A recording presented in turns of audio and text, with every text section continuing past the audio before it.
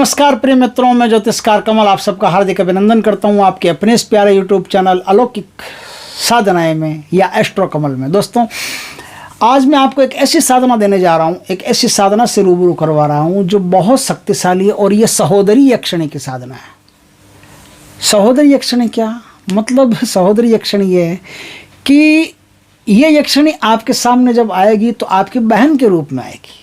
आपकी बहन हो नहीं हो वो अलग बात है, लेकिन इनको मानना अपनी बड़ी बहन पड़ेगा। आप चाहे कितने बड़े हो, चाहे 60 साल के हो, चाहे 70 साल के हो, इनको अपनी बहन मानना पड़ेगा। क्या मानना पड़ेगा? बहन मानना पड़ेगा, क्योंकि बहन के अलावा और किसी भी रूप में यक्षिणी आपके सामने नहीं आती, न दर्शन देती है, और बहन के अलावा किसी भी रूप की कल्पना यहाँ नहीं चलती।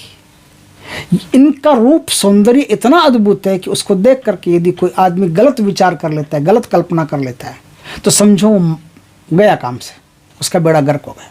इसलिए ध्यान से, ये बहुत ही प्यारी साधना है और बिना मेहनत की साधना है, बिना गुरु की साधना है, बिना तामझाम की साधना है, बिना माला की साधना है। कोई इसमें टेंशन नहीं, सीधा आपको शक्ति को बुलाना है, शक्ति के दर्शन करने हैं और जीवन भर उसके साथ रहना है, जब तक आपकी मर्जी हो। और इतना प्यार अगर मिले तो जीवन भर में भी क्या बुराई है, क्योंकि आपको गलत काम तो करवाना नहीं। देखिए दोस्तों, अगर कोई गलत काम आप उनसे करवाते हैं, जिस काम में आपका हिंसक स्वार्थ जुड़ा हुआ हो या कामुक स्वार्थ जुड़ा हुआ हो, स्वार्थ तो हम सबका जुड़ा हुआ है, बिना स्वार्थ के तो हम उसको बुलाएंगे क्यों? बहन भी क्यों कहेंगे, माँ भी क्यों कहेंगे? स्वार्थ तो सबका रहता है। स्व अर्थ, जो अपना अर्थ जानता है, अपना अर्थ कहीं लगाने की कोशिश करता है, वो स्वार्थ तो है। मैं आपको वीडियो दे रहा हूं ना, ये मेरा स्वार्थ है। आप वीडियो देख रहे हैं तो आपका स्वार्थ है, क्योंकि आपको अगर स्वार्थ नहीं है, अच्छा नहीं लग रहा हो, कुछ जानकारी नहीं चाहिए, तो वीडियो क्यों देखोगे? और मुझे आपको सिखाना नहीं हो, भारतीय जो विद्याएं हैं उसको, भारतीय संस्कृति को फैलाना नहीं हो, भारतीय विद्याओं को विश्व में फैलाना नहीं हो, तो मैं क्यों वीडियो बनाऊंगा? तो स्वार्थ तो हम सबका है, लेकिन कामुक और हिंसक स्वार्थ का मतलब होता है कि जैसे एक सुंदर लड़की है, उसको कामनाओं में वश में करके उसके साथ बुरा कर्म तो सेक्सुअल कुछ भी कर्म करके और उसको यूं ही छोड़ देना, ये पाप है। जब तक ऐसे कर्म नहीं करवाते हो तब तक शक्ति आपसे राजी रहती है। कोई आदमी है, उसको वश में करना या उच्चाटन कर देना या उसकी बुद्धि बांध देना या उसका घर बांध देना या उसका धन बांध देना या उसका परिवार बांध देना या उसकी प्रगति बांध देना, ये पाप है। किसी इस प्रकार से जितने भी काम है ना, हिंसक, कामुक, जो क्रोध में आकर के किए जाते हों, इन सब कामों को करते ही शक्ति फिर आपके साथ अलग टर्म्स पैदा कर लेती है। वरना आप यदि लोकहित के काम करो, जनहित के काम करो, किसी को भी मारना नहीं, किसी को भी पीटना नहीं, मेरे को तो अच्छा कर्म कुछ हो, किसी की सहायता करनी हो, किसी के आंसू पहुंचने हो, तो मैं आगे बढ़ूं, तो शक्ति आपसे हमेशा प्रसन्न रहती है, कभी बांधती नहीं आपको। शक्ति आपके बीच में कोई बाउंडेशन रहता ही नहीं, आप भी स्वतंत्र, शक्ति भी स्वतंत्र। शक्ति जब तक आपके पास रहती है, शक्ति को रस आता है, खुशी होती है कि वाह यार, क्या आदमी ढंग के इंसान के पास रह रही हो। समझे ना बात को? तो आज जो मैं शक्ति सिखा रहा हूं आपको, वो इतनी प्यारी शक्ति है कि यदि उसको सीख गए आप, तो जीवन भर आपके साथ रहेगी, हजारों प्रकार से आपकी सहायता करेगी, आपको कहीं झुकने नहीं देगी, आपको कहीं मिटने नहीं देगी, आपको कहीं दुखी नहीं होने देगी, आपको धन से, संतान से, प्रतिष्ठा से, किसी भी प्रकार से कष्ट नहीं आने देगी। ऐसी शानदार साधना है दोस्तों। ये साधना कब से शुरू होती है, क्या होती है, इसके बारे में थोड़ा डिटेल में अपन चर्चा कर लेते हैं ना। ये साधना शुक्ल पक्ष के प्रथम मंगलवार से शुरू होती है और ये साधना आई भी एक महान तपस्वी से है, जो खुद इन चीजों का ज्ञाता है, गजब का जानकार है और एकदम साइलेंट रहने वाला आदमी, चुपचाप रहने वाला, किसी को कुछ नहीं बताता।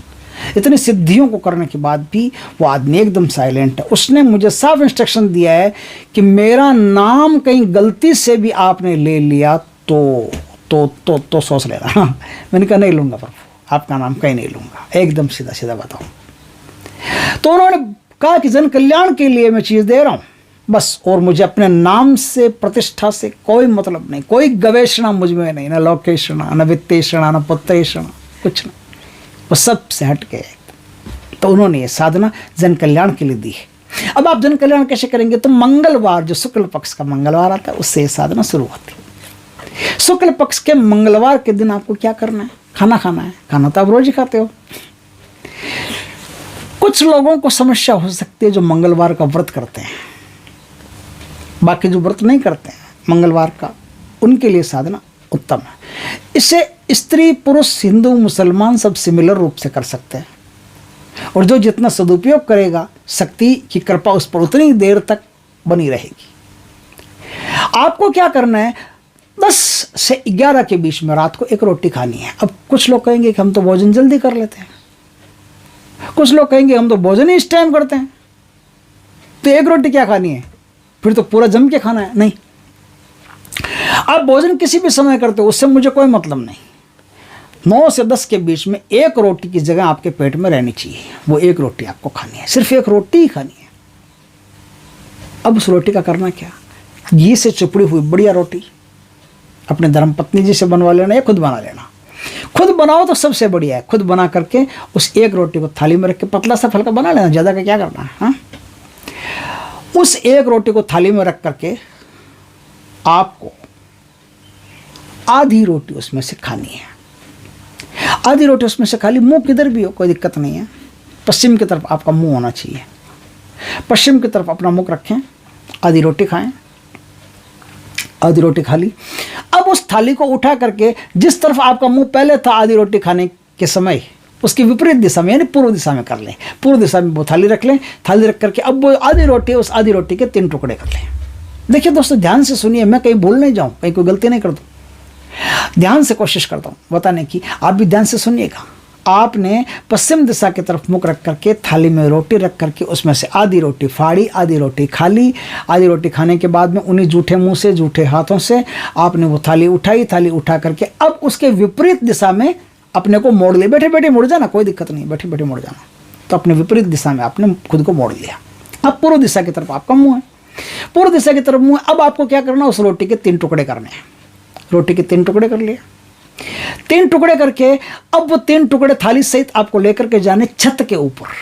जिनके छत है उनका ये काम है, जिनके छत नहीं है वो तो क्या कर सकते हैं, कहीं बाहर जा सकते हैं, ऐसी कोई बात नहीं है। बाहर अगर कोई मैदान हो तो वहाँ जा सकते हैं।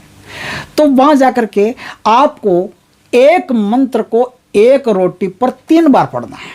मंत्र बहुत आसान है, बहुत आसान है। एक मंत्र को एक रोटी पर 3 बार पढ़ना है, और 3 बार पढ़ करके एक एक रोटी का टुकड़ा, एक एक रोटी के टुकड़े पर 3 बार पढ़ना है ना, समझ गए बात को। एक रोटी का टुकड़ा, उस पर 3 बार मंत्र को पढ़ना। इस प्रकार से आप 9 बार टोटल मंत्र को पढ़ेंगे। क्या पढ़ेंगे, 9 बार टोटल मंत्र को। अब वो क्या है, एक साथ नहीं करना।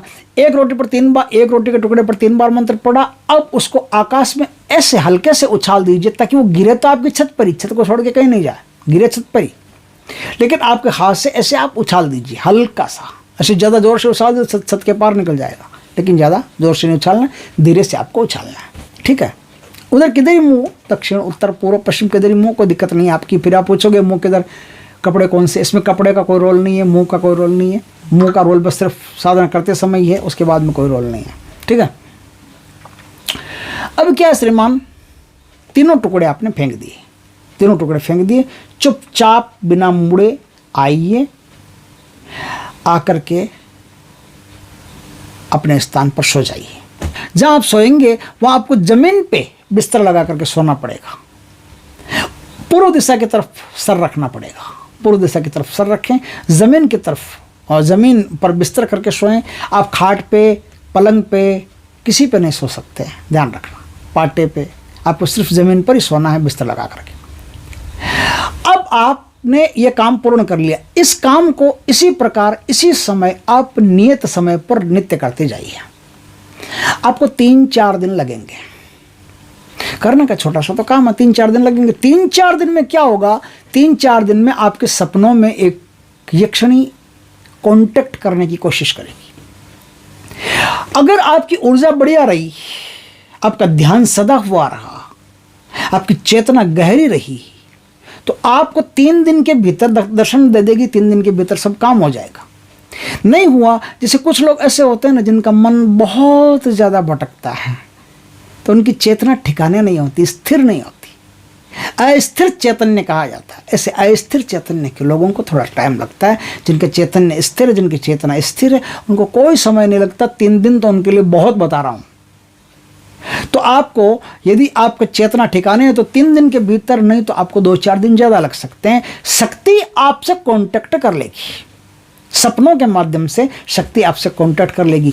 अब वो धीरे धीरे करके क्या है, आपके सपने में स्पष्ट होना शुरू हो जाएगी। पहले एक साया सा दिखेगा, एक स्त्री से दिखेगी, फिर धीरे धीरे करके वो आपके सपनों में एकदम स्पष्ट होना शुरू हो जाएगी, एकदम साफ साफ क्लीन होना शुरू हो जाएगी। अब आपको पता चल जाएगा कि एक साफ सुंदर, अत्यंत सुंदर स्त्री मेरे सपने में आ गई है। उसके लिए 2 दिन, 4 दिन, 5 दिन ज़्यादा भी लगे तो डरना मत, आप साधना को कंटिन्यू करना। बहुत साधना गजब की है, ठीक है।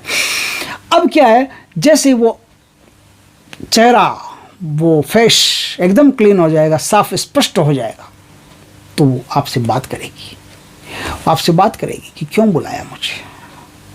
तो आप कहोगे कि आपको मैं बहन के रूप में अपने जीवन में आमंत्रित करता हूँ, आप मेरे जीवन में बहन के रूप में पधारिएगा।